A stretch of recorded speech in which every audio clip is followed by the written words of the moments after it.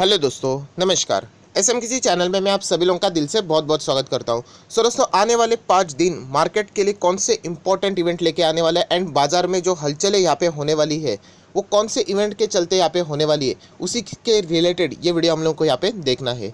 So next 5 दिन कितने ज़्यादा इंपॉर्टेंट रहेंगे, कौन से एक्टिविटी रहेंगे, आरबीआई की से रिलेटेड क्या न्यूज़ है, फॉरेन इन्वेस्टर से रिलेटेड कोई न्यूज़ है, विदेश से कोई न्यूज़ है, रिजल्ट क्या है, ऐसे बहुत सारे अलग अलग एंड कमोडिटी मार्केट में भी कुछ अगर हम लोगों को यहाँ पे इंपॉर्टेंट कमोडिटीज़ देखने हैं तो उससे रिलेटेड भी क्या इंपॉर्टेंट चीज़ें हो सकती है, तो सारी चीज़ें इसी एक वीडियो में हम लोग को देखने को मिलने वाली है। तो फटाफट से वीडियो को स्टार्ट करते हैं, बट उससे पहले जरूर कहना चाहूँगा फर्स्ट टाइम विजिट किया चैनल को सब्सक्राइब करके बेल आइकन को हिट कर लेना, एंड अगर आप चाहो तो फ्री स्टॉक मार्केट क्लासेस को भी सब्सक्राइब कर सकते हैं, लिंक ऊपर आई बटन पे नीचे डिस्क्रिप्शन बॉक्स में मिल जाएगी।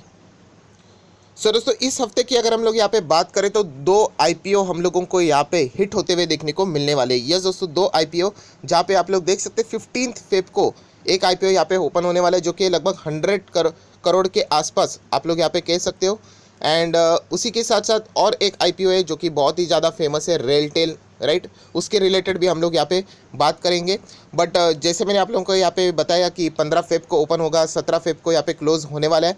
एंड अगर हम लोग उस आईपीओ की बात करें तो हेल्थ केयर से हम लोगों को ये जुड़ा हुआ आईपीओ यहाँ पे देखने को फिलहाल मिल रहा है। Health care and wellness product distributor Nureca, उनका आईपीओ हम लोगों को यहाँ पे देखने को मिलने वाला है। 15 फेब की बात यहाँ पे हो रही है। एंड उसी के साथ साथ अगर हम लोग और थोड़ा आगे जाए तो आप सभी लोगों को यहाँ पे पता है कि रेलटेल का आईपीओ जैसे मैंने अभी बताया प्राइस बैंड 93 94 का यहाँ पे रहेगा। 16 तारीख को ओपन होगा, 18 तारीख को क्लोज यहाँ पे होने वाला है। सो ज़रूर आईपीओ से रिलेटेड 2 इंपॉर्टेंट न्यूज़ हम लोगों को इस वक्त यहाँ पे देखने को मिलने वाले हैं। अगेन मैं आप लोगों को एक ही बात फॉर्मूला क्लियर कट बता चुका हूँ दोस्तों। अगर ग्रे मार्केट प्रीमियम अगर अच्छा खासा देखने को मिल रहा है तो आईपीओ ऑब्वियसली आपको उस लेवल पे मिल जाएगा। बट उसके बीच में जो मार्केट में कुछ भी होता है ना, वो किसी के हाथ में नहीं होता है, वो बोलते हैं ना एक लक टाइप चीज़ होती है। एंड ये चीज़ मैं इससे पहले भी बता चुका हूँ, बहुत बार बता चुका हूँ। अभी तक इतने सारे आईपीओ आए, आप लोगों ने देखा लिस्टिंग गेन मिल ही जाता है। वो डिपेंड करता है, अभी मार्केट अगर उसके बीच में क्रैश हुआ वो तो बैड लक, आप ऐसे बोल सकते हो। जैसे एसबीआई कार्ड के वक्त हुआ था, राइट, वो तो 1000 के ऊपर लिस्ट होने वाला था, बट इशू प्राइस के भी नीचे फिसल गया। तो वो हमारे हाथ में नहीं होता है, वो किसी के भी हाथ में नहीं। तो ये चीज़ें आप लोगों ने समझ में आनी चाहिए। बहुत सारे लोग पूछ रहे क्या रेलटेल में हम लोग आईपीओ में लगाए ग्रे मार्केट प्रीमियम के लिए, तो वहाँ पे मतलब 30% के आसपास आप लोगों को 30-35% के मिल जाएंगे। बट मार्केट की कंडीशन है किसी के हाथ में नहीं, वो आपको ट्रैक करना आना चाहिए। एंड एक बार पैसे लगाने के बाद वो बाद के जो दिन रहते हैं वो तो अनअवॉइडेबल रहते हैं। सो ये प्रैक्टिकल चीज़ जो मैं ऑलरेडी आप लोगों को बता चुका हूँ। हाँ, आईआरएफसी जैसा तो नहीं है, वहाँ पे तो 1 रुपये का प्रीमियम था, 1 रुपया 20 पैसे, वो तो हम लोगों ने लिस्टिंग गेन के लिए क्लियर अवॉइड किया था, राइट। सो इससे रिलेटेड जो बातें थी मैंने ऑलरेडी डिटेल में बता दी है।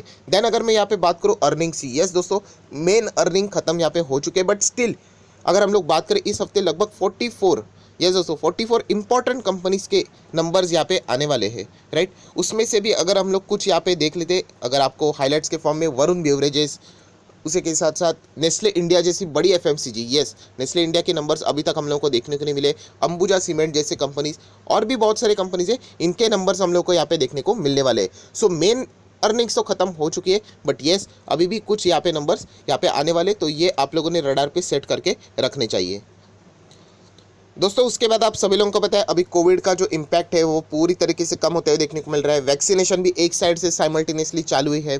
जो फ्रंटलाइन जो कोविड वॉरियर्स है उनके हिसाब से वैक्सीनेशन सबसे पहले प्रायोरिटी उनको यहाँ पे दी जा चुकी है। सो ओवरऑल दोनों साइड से मतलब ग्राफ भी नीचे जा रहा है एंड वैक्सीनेशन भी बढ़ते हुए देखने को मिल रहा है। एंड इसका रिजल्ट इंडिया का जो ओवरऑल जो परफॉर्मेंस है वो पूरे दुनिया में नंबर 1 पे नज़र आ रहा है। इतनी बड़ी पॉपुलेशन में कोई भी सेकंड वेव हम लोगों को देखने को यहाँ पे नहीं मिली है। सो हम लोग कह सकते हैं डेफिनेटली इतना जीडीपी का नुकसान हम लोगों ने यहाँ पे किया था, क्योंकि उसके पीछे एक बहुत बड़ा लॉकडाउन भी हम लोगों को देखने को मिला था, बहुत सारे रेस्ट्रिक्शंस भी थे।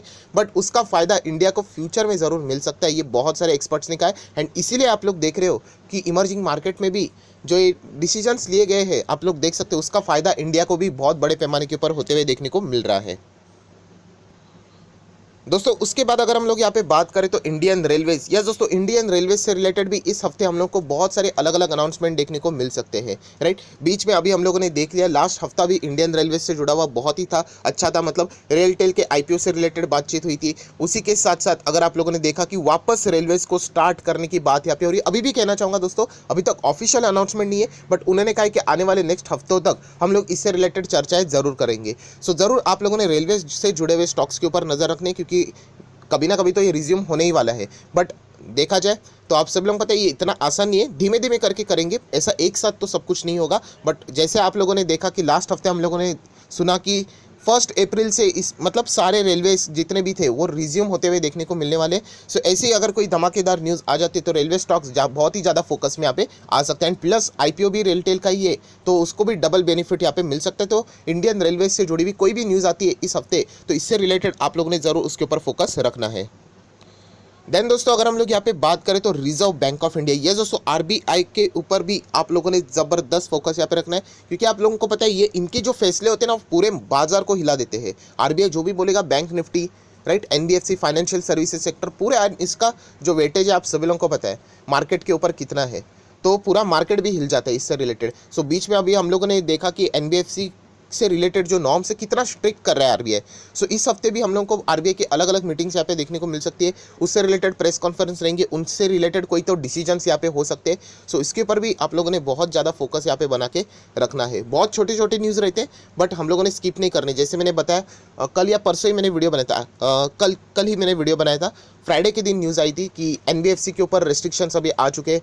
फॉरेन से जो पैसा आता था, बट वो कौन से जो एफएटीएफ की जो लिस्ट रेड फ्लैग वाली जो कंट्रीज़ है, रिस्ट्रिक्शंस डाल दिए करके एग्रीगेटली 20% से ऊपर नहीं जाना चाहिए। तो ऐसे जो न्यूज़ आएंगे इनके ऊपर भी आप लोगों ने फोकस रखना है। कोई बड़ी न्यूज़ अगर आ गई तो ज़रूर वो पूरे बाजार को भी यहाँ पे हिला सकती है। तो आरबीआई के ऊपर भी आप लोगों ने ज़रूर यहाँ पे फोकस बनाए रखना है दोस्तों। उसके बाद अगर हम लोग यहाँ पे बात करें तो इकोनॉमिक डेटा पॉइंट्स जो रहते हैं उनके ऊपर भी फोकस रहना चाहिए। अभी इकोनॉमिक डेटा पॉइंट्स मतलब इस वक्त की बात करें तो WPI इन्फ्लेशन का जो डेटा है कौन सा, जनवरी का, वो हम लोग को इस मंडे रिलीज होते हुए यहाँ पे देखने को मिलने वाला है, राइट। एक्सपर्ट ने ये भी कहा है कि ये जो डेटा है वो बहुत कुछ यहाँ पे कहलाने वाला है। एंड Q4 का जो आउटलुक है उसका भी हम लोग को एक बोलते हैं ना फाउंडेशन बिल्ड करते हुए ये देखने को मिलने वाला है। सो कल का जो WPI इन्फ्लेशन का डेटा ज़रूर आप लोगों ने यहाँ पे चेक करना आना चाहिए। सर जनवरी का आ रहा है, ऑब्वियसली फरवरी अभी तक चल रहा है, फिर जब कंप्लीट होगा तो उसका डेटा मार्च में आ जाएगा। देन अगर हम लोग यहाँ पे बात करें next balance of trade, yes दोस्तों उसका भी डेटा, और वो भी कौन सा रहेगा, ऑब्वियसली जनवरी का ही रहेगा ना, फेब अभी तक कंप्लीट नहीं हुआ है। सो इसका भी डेटा सेम डे पे ही रिलीज, मतलब हम लोग को कल ही मंडे के दिन ही ये डेटा सारे सामने आते हुए देखने को मिलने वाले। एंड फ्राइडे के दिन एक इंपॉर्टेंट डेटा आएगा, वो कौन सा, फॉरेन एक्सचेंज रिजर्व, ये वीकली आ जाता है, राइट। तो वो हम लोगों को यहाँ पे देखने को मिलने वाला है 12 फेब, मतलब जो फ्राइडे था अभी 12 फेब खत्म हुआ तो उसका डेटा हम लोग को फॉरेन एक्सचेंज रिजर्व का यहाँ पे डिक्लेयर होते हुए देखने को मिलने वाला है। सो ये भी चीज़ हम लोग को यहाँ पे ज़रूर देखनी है दोस्तों। उसके बाद आप सभी लोगों को पता है FIS-DS की एक्टिविटी, फॉरेन इन्वेस्टर बहुत ही ज़्यादा इंपॉर्टेंट है, क्योंकि देखिए कभी तो ये पैसा निकालेंगे, मैं इससे पहले भी बता चुका हूँ। तो अभी की अगर हम लोग बात करें लगातार buying buying buying, and Friday के दिन हम लोगों को हल्का सा यहाँ पे हम लोग कह सकते हैं कि नेट सेलिंग की तरफ, मतलब टोटल अगर आप लोग यहाँ पे देखोगे, यस ये नेट सेलिंग है बहुत ही कम है। जैसे मैंने बताया कि मार्केट अगर पूरा ऐसे गिरने के लिए यहाँ पे तो भयंकर सेलिंग उनके ओर से होनी शुरू हो जाएगी। एंड इसका एक्सपीरियंस आप लोगों ने ऑलरेडी बजट के 5 दिन पहले देखा है कि कैसे वो लगातार बेचेंगे उस टाइप का।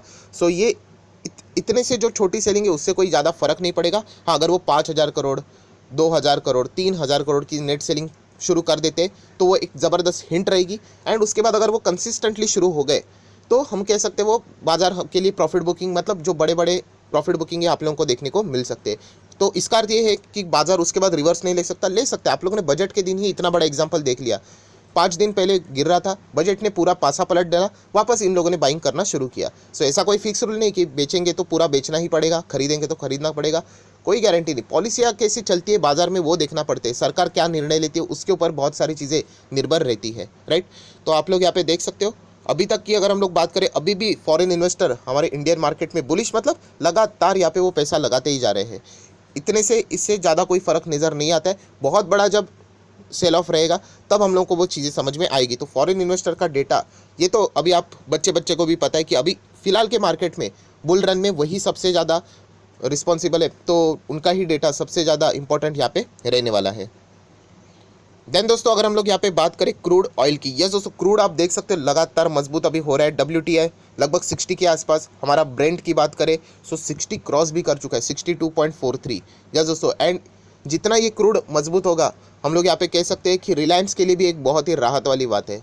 क्यों? क्योंकि आप सब लोग पता है सऊदी अरेमको की डील इसी से रिलेटेड अटकी पड़ी थी, क्योंकि सऊदी अरेमको वापस चाहती थी कि एक बार इसका रिकैलकुलेशन हो जाए, क्योंकि जब डील हुई थी तभी क्रूड महंगा था, बाद में तो क्रूड आप लोगों ने देखा था कि कितना नीचे आया था, कोई मतलब सऊदी अरब को पूरा घाटे में चली जाती अगर वो डील तभी होती। तो अभी ऐसा लग रहा है कि ये सब जितना ही क्रूड बढ़ते चला जाएगा, एक रिलायंस के लिए भी राहत वाली बात यहाँ पे ज़रूर साबित हो सकती है। एंड जैसे मैंने आपको बताया, क्रूड सस्ता होना अच्छी बात है, बट कुछ ज़्यादा ही सस्ता नहीं होना चाहिए, वरना वो पूरा जो सिस्टम है उसको बिगाड़ देता है, राइट। बीच में हम लोगों ने देखा था पानी से भी सस्ता हुआ था, WTI की अगर हम लोग बात करें माइनस में जा चुका था, मतलब ऐसा हो जाएगा, मतलब कभी सोचा भी नहीं था, राइट। सो क्रूड ऑयल भी अभी हम लोग देख सकते हैं बहुत ही अच्छी तरीके से वापस रिकवर होते हुए यहाँ पे देखने को मिल चुका है।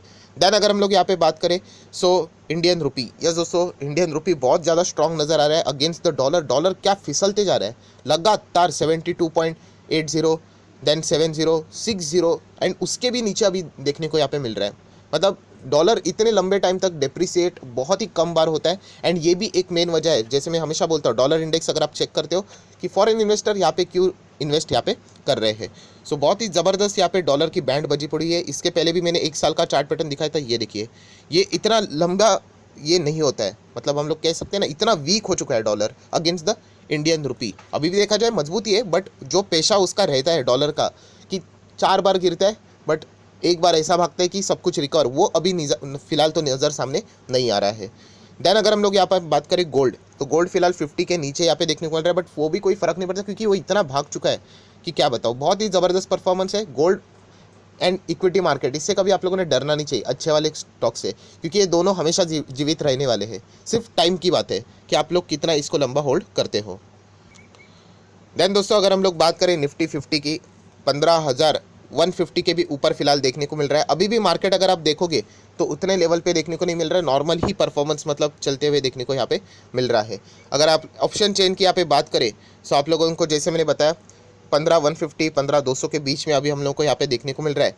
अगर क्लोजेस्ट सपोर्ट लेवल अगर आप देखना चाहते हैं OI जो हम लोग यहाँ पे देखते हैं, तो फिलहाल 24 के हिसाब से, 21 के हिसाब से, तो हम लोग यहाँ पे कह सकते हैं 15,000 का यहाँ पे देखने को मिल रहा है स्ट्रॉन्ग अगर चाहिए तो। एंड उसके पहले भी 15,100 का पड़ा हुआ है। 15,150 एंड 15,050 पे कोई ज़्यादा दम नज़र नहीं आ रहा है, इजीली वो ब्रेकआउट यहाँ पे हो सकते हैं। मतलब अगर जो बोलते हैं ना कि 1500 अगर टूट गया तो डायरेक्टली 1500 नहीं, 15,000 एंड 100 अगर टूट गया तो डायरेक्टली 15,000 नेक्स्ट के ऊपर ही हम लोग को यहाँ पे कामकाज होते हुए देखने को मिलेगा। ये जो बीच के लेवल है इतना ज़्यादा इंपॉर्टेंट फिलहाल तो यहाँ पे नहीं दे रहे हैं। एंड अगर रेसिस्टेंट की बात करें तो आप सब लोगों को पता है जो क्लोजेस्ट लेवल रहता है वही फिलहाल का स्ट्रॉन्ग रेसिस्टेंट है। बट अगर आपको दूर का रेसिस्टेंस भी यहाँ पे चाहिए तो 31,400 के आसपास यहाँ पे देखने को मिल रहा है। सो वो भी एक बार चेक कर लेते हैं। तो 15,200 तो लेटेस्ट है यहाँ का, एंड अगर दूर का देखना है तो 15,500, राइट। थोड़ा सा ये जो कैलकुलेशन है ये किसके लिए हो रहता है, ये सबसे ज़्यादा इंपॉर्टेंट होता है ये FNO वालों के लिए, राइट। बट स्टिल स्टडी करने के लिए ये सारी चीज़ें मैंने आपको बता दी है। सो आय आशा करता हूँ दोस्तों ये जो हफ्ता रहेगा उसमें कौन कौन सी इंपॉर्टेंट चीज़ें रहेगी वो मैंने आपको यहाँ पे बता दी। एंड जाने से पहले एक बार हम लोग ये भी देख लेते हैं NSE हॉलीडेज़। मुझे तो नहीं लगता हॉलीडेज़ का यहाँ पे कोई इशू है, मैंने बीच में बना भी लिया था इससे रिलेटेड बातें, बट स्टिल एक बार हम लोग यहाँ पे चेक कर ही लेते हैं NSE के ऑफिशियल वेबसाइट पे जाके। सो ये देखिए आपके सामने यहाँ पे मैंने ओपन किया है। 11 मार्च को नेक्स्ट यहाँ पे पब्लिक हॉलीडे, मतलब ये भी फेब का जो मंथ रहेगा एंड मार्च का फर्स्ट वीक वो भी बिना किसी छुट्टी के 5 दिन लगातार मार्केट यहाँ पे चलने वाला है। सो आय आशा करता हूँ दोस्तों वीडियो आपको पसंद आए तो जरूर लाइक एंड शेयर कर देना। So that's it, thank you very much दोस्तों, we will be meeting our next video, तब तक के लिए बाय बाय।